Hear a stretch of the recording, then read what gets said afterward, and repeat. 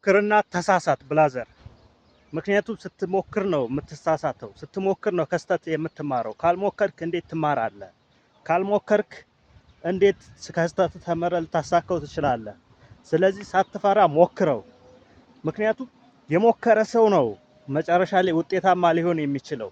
ያለበለዛ እስኪ ዝም ብለህ አስበው። ሞተሩን አጥፍቶ የቆመ መኪና ከምን ጋር ይጋጫል? ሊጋጭ አይችልም በፍጹም። አንተም ቁጭ ካልክ እንዴት ትሳሳታለህ? አትሳሳትም። ቁጭ ያለ ሰው አልጋው ላይ የተቀመጠ ሰው እንዴት ይሳሳታል? ስትራመድ እኮ ነው እንቅፋት የሚመታ እንዴ። ቁጭ ካልክ በተኛበት እኮ እንቅፋት ሊመታ አይችልም። ስለዚህ ተነስተህ ሞክረው፣ ተሳሳት። ስተትን አትፍራ።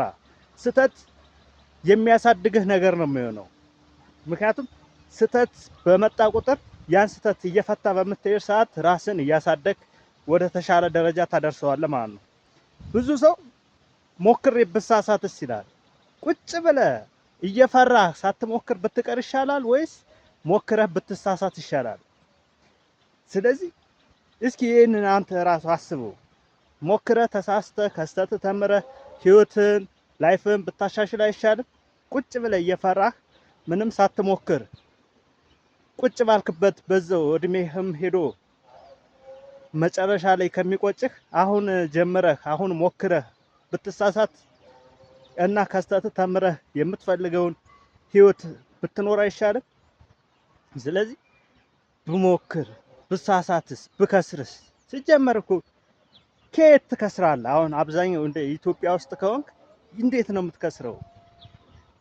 መሬት ያለ ሰው እንዴት ደግሞ ከመሬት ያው ነው ቢወድቅም መሬት ነው ያለው መሬት ነው። ስለዚህ ሞክረው፣ ተሳሳት፣ የመጣው ይምጣ አይሻልም? ቁጭ ብለህ ከምትጨነቅ ቁጭ ብለህ በሀሳብ ብቻ ከምትወይ ሞክረህ ተሳስተህ ከስተት ተምረህ እዛ የምትፈልገውን ውጤት መጨረሻ ላይ ከስተት ተምረህ ማሳካት የተሻለ ነው። ቁጭ ብለህ ዝም ብለህ እየፈራ እስከ መቼ? እስኪ አስበው። በተለይ ሃንግ ከሆንክ ወጣት ከሆንክ አሁን መሞከር ያለብን ሳትሞክር መጨረሻ ላይ እድሜ ሄዶ 80 90 ስትደርስ አስበዋል። ያኔ እዛ ጋር ስትደርስ ይጠብቃል። እዚህ ዝም ብለህ አመልጠህ ሄድከው ማለት ነው። እዚህ ሳትሞክር ያመለጥከው እዛ ጋር ቁጭ ብሎ ይጠብቃል ብቻህን ማለት ነው ላይፍ።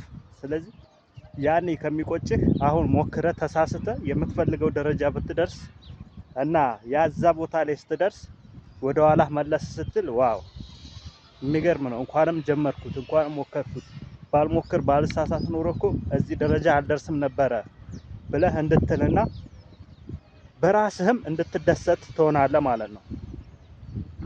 ስለዚህ መሞከር፣ መሳሳት፣ መፍራት የለብህም። ሞክረህ ተሳሳት። ሳትሳሳት ፍጹም መሆን አይቻልም። እየተሳሳት ከስተት እየተማርክ ነው የምትፈልገውን ደረጃ ልትደርስ የምትችለው። ስለዚህ ሳትፈራ ሞክረው፣ አድርገው። ይመቻችሁ።